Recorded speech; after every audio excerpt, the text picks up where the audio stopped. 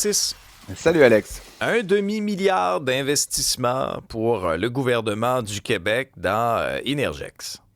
Oui, ben effectivement, là, la coalition Avenir Québec qui clairement a pas compris le message là, qu'on tente collectivement de lui communiquer là, depuis quelques années, c'est-à-dire qu'il faut que tout ce cirque arrête.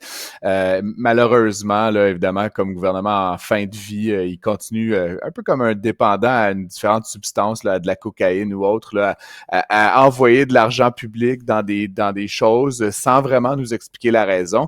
Rappelons un peu les faits. Là. Hydro-Québec avait acheté des actions 19,9% d'Energex en 2020, là, sous Éric Martel, quelques mois à peine avant qu'il le quitte. Il avait payé 700 millions, puis il avait dû remettre à peu près 100 millions, là, 115 millions quelques mois plus tard pour garder sa proportion d'actifs. À l'époque, le titre se transigeait autour de 20, 18, 19, 20 dollars de l'action sur les marchés boursiers. Le titre s'est ensuite effondré là, d'environ 60% de sa valeur. Fast forward quelques années plus tard, la Caisse de dépôt, constatant peut-être là, que cette entreprise-là serait sous-évaluée, à un moment donné, elle valait 32, elle était rendue à 8. Donc, la Caisse décide un peu de sauver Energex. On ne sait pas trop exactement ce qui s'est passé. Donc, rachète le 20% à Hydro-Québec. Donc, là, institution parapublique 1, rachète institution Ah parapublique ouais. 2, des actions. Évidemment, on pense que la Caisse a dû faire ses devoirs et croit qu'il y a peut-être un certain rendement à faire. Mais là, coup de théâtre, hier, on apprend qu'en fait, Québec, donc Investissement Québec, va racheter 20% à la Caisse. À quelle valorisation par action, nul ne le sait, nul ne le dit. Ça, c'est tout notre Et argent, pourquoi? Francis, là. C'est tout notre argent. On Ah brasse notre ouais. argent, puis évidemment, à travers tout ça, c'est une entreprise privée là, qui fait de l'énergie, ce qui est, il me semble, le mandat d'Hydro-Québec. Donc, c'est sûr qu'il y a des amis du parti, des lobbyistes, des gens qui, à chaque passe d'armes, se font un petit million à gauche et à droite. C'est absolument catastrophique. Et franchement, si au moins il y avait une stratégie, si on nous disait d'avance, voici ce que nous allons faire, voici ce qu'on veut nationaliser, Énergex, je ne sais trop quoi.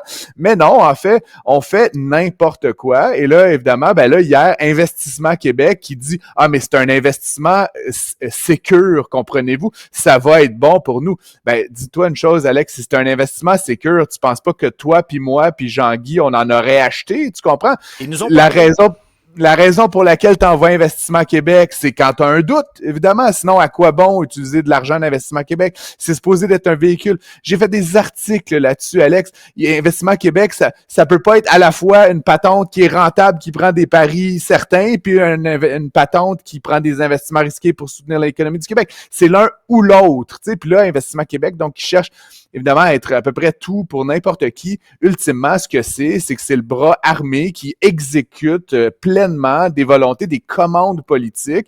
Puis au passage, chez Investissement Québec aussi, on graisse la patte d'un paquet de monde. Donc, je suis un peu, honnêtement, catastrophé par cette annonce d'hier, où finalement, tu as un paquet de gens qui ramassent des millions en passant go à chaque fois, et au final, comme tu l'as très bien dit, ben c'est Société Parapublique A qui envoie Société Parapublique B à Société Parapublique C. Ultimement, honnêtement, il y a juste les contribuables qui se font léser dans toute cette affaire-là. Puis ce qui est terrible, Alex, c'est que je suis un fan d'Energex. J'en ai déjà détenu de ces actions-là. Je trouve que c'est une société qui a le mérite d'exister au même titre que d'autres, comme Boralex, etc. Je trouve juste que cette magouille manifeste autour de François Legault et de Christine Fréchette et du gouvernement de la CAQ doit arriver à son terme et j'ose espérer que les péquistes, puis les libéraux, puis les autres qui prétendent un jour reprendre le pouvoir ont compris le message. Tout ceci doit arrêter. Là. Ce n'est plus possible de caquer des demi-milliards de dollars de magouilles comme ça. C'est inacceptable ce qui a été annoncé hier. Et franchement, le fait que même un Thomas Gerbet là, qu'on salue, là, qui est un peu des fois là, comme un chien avec un os, là, il ne lâche pas le morceau, que même lui soit incapable de nous dire quel type d'action a été acheté, à quel prix, à combien ça valorise Energex, ça va être quoi le rendement. Dites-nous, franchement, on n'est pas des imbéciles. Là. Je veux dire, il y a des gens parmi nous qui avons eu du Energex dans notre portefeuille. J'aimerais ça savoir ce qu'on achète au lieu de nous dire « Ouais, c'est pour aider Hydro-Québec ». Honnêtement, j'en ai marre de me faire prendre pour un idiot par ce gouvernement-là. Et l'annonce d'hier ne fait que rajouter une couche là, de beurre de pinot sur la toast un peu trop salée à mon goût. D'autant plus qu'on a été échaudés là, comme contribuable. Pensons à, oui, Nordvolt, mais plusieurs autres dossiers. Je me souviens d'une déclaration où on disait « Ah, ben c'est la moyenne au bâton qui compte. » C'est parce que la moyenne au bâton, ces temps-ci, c'est pas fort, là. Ça coûte cher. Non, puis le pire, c'est qu'il y en a des projets qui fonctionnent, dont on nous parle peu ou pas. L'enjeu, comme je le dis, c'est pas qu'on investisse dans des sociétés parfois risquées. Le point, c'est que là, qu'est-ce qu'on fait avec cette histoire-là où on a mis 750 millions de dollars d'Hydro-Québec qui a dévalorisé de moitié. Donc, première perte pour l'État québécois. Ensuite, la Caisse embarque là-dedans avec d'autres partenaires. On nous dit pas grand-chose.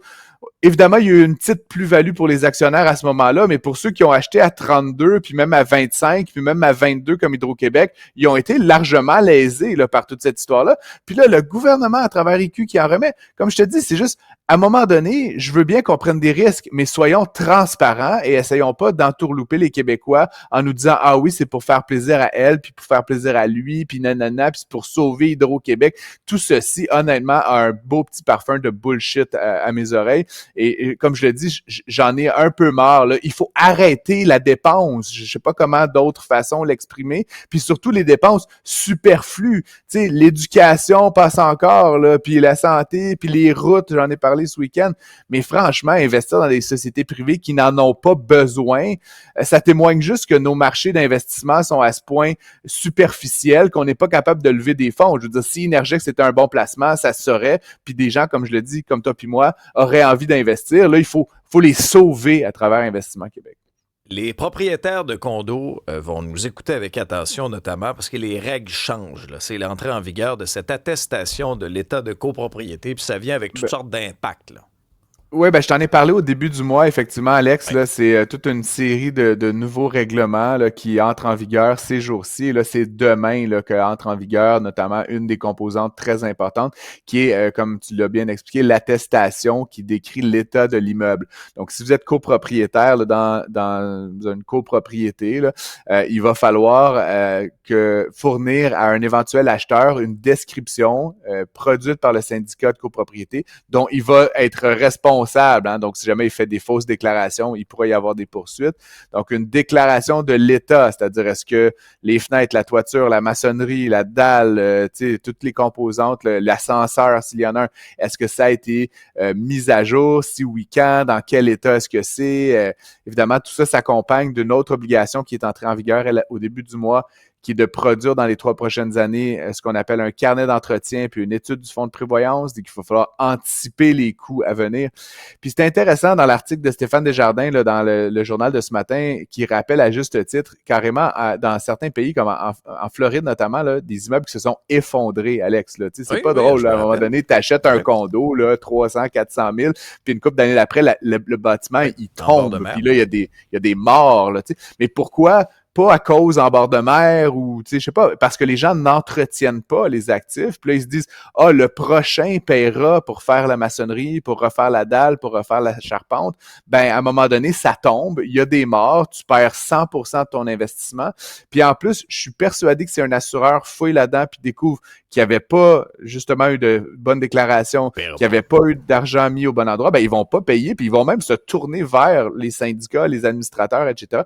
Moi, honnêtement, être administrateur d'une copropriété, je serais un peu nerveux, Alex, honnêtement, parce que là, ça va venir avec des obligations de divulgation puis une responsabilité personnelle en cas de fausse divulgation. Donc, ça va être assez serré. Ça pourrait avoir un impact négatif sur le marché des condos, surtout là, les copropriétés qui sont mal dotées en matière de fonds de prévoyance. Et tout ça.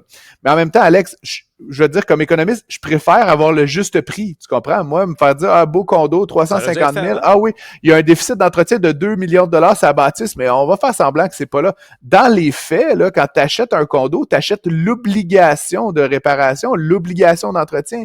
Donc, s'il y a un déficit de 1 million, 2 millions d'entretien sur la bâtisse, tu achètes la dette, là, la dette d'entretien. Donc, je préfère, moi, personnellement, comme investisseur, comme acheteur dans le marché locatif ou de propriété, savoir ce que j'achète. Puis c'est un peu ce que viennent corriger là, ces nouvelles dispositions. Donc, je les salue, mais je signale quand même à tout le monde là, que de faire bien attention là, dans les prochaines semaines, les prochains mois. Tout ça va graduellement se mettre en place et ça va changer quand même beaucoup la dynamique là, sur ce marché de l'immobilier. Tu as bien raison. Hey Francis, merci beaucoup. On t'écoute à 15h dans le retour. Avec plaisir.